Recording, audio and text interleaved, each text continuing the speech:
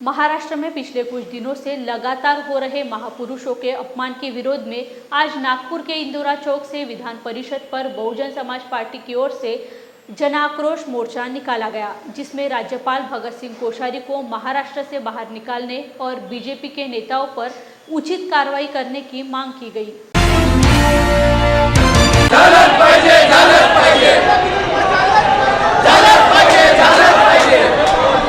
जो मांग है आज तक उन्होंने पूरा करने का काम नहीं किया। उसी तरह महाराष्ट्र की सरकार ने विदर्भा राज्य को अलग करने की बात कही थी, आज तक वो विदर्भा राज्य के अलग करने का काम नहीं किया।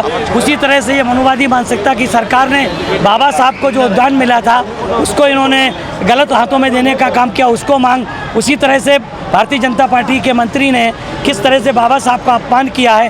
बाबा साहब ने जो यूनिवर्सिटी बनाने का काम किया, इस देश के लोगों को पढ़ने का अधिकार देने का काम किया, भारत के संविधान में देने का काम किया, ऐसा मंत्री मेरे समझ से तो ऐसा अनपढ़ आदमी ही बोल सकता है बाबा साहब के बारे में।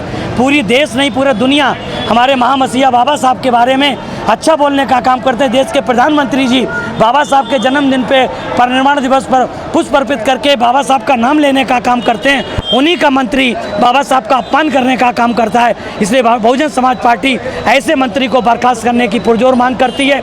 जो महामहिम राज्यपाल जी हैं वो माता सावित्रीबाई फुले का अपमान करते हैं, महात्मा फुले का अपमान करते हैं, शिवाजी महाराज का अपमान करते हैं, जिन्होंने महान मराठा साम्राज्य बनाने का कहते हैं कि एक राष्ट्र बनाने की बात की थी, उनका अपमान करने का काम करते हैं। इसलिए उनको भी यहाँ से महाराष्ट्र से हटाना चाहिए। ऐसी राष्ट्रपति से, प्रधानमंत्री से अपील करने के लिए आज हम लोगों ने हजारों की संख्या में, आप देख रहे हैं कि किस तरह से महाराष्ट्र के विदर्भा के लोग 10-15 हज़ार से ज़्यादा लोग यहाँ पर एकत्रित हुए हैं, जो बहुजन समाज पार्टी के में आस्था रखने का काम करते हैं, बहुजन समाज पार्टी की नीतियों में आस्था रखने का काम करते हैं, बहन जी के नेतृत्व में आस्था रखने का काम करते हैं। आकाश आनंद जी के नेतृत्व में ये बड़े पैमाने पर जो इस तरह का धरना प्रदर्शन का काम किया गया है, जो बहुत ही सफल रहा है। मैं महाराष्ट्र यूनिट को बधाई देता हूँ कि उन्होंने कम समय में इस कार्यक्रम को सफल बनाने का काम किया।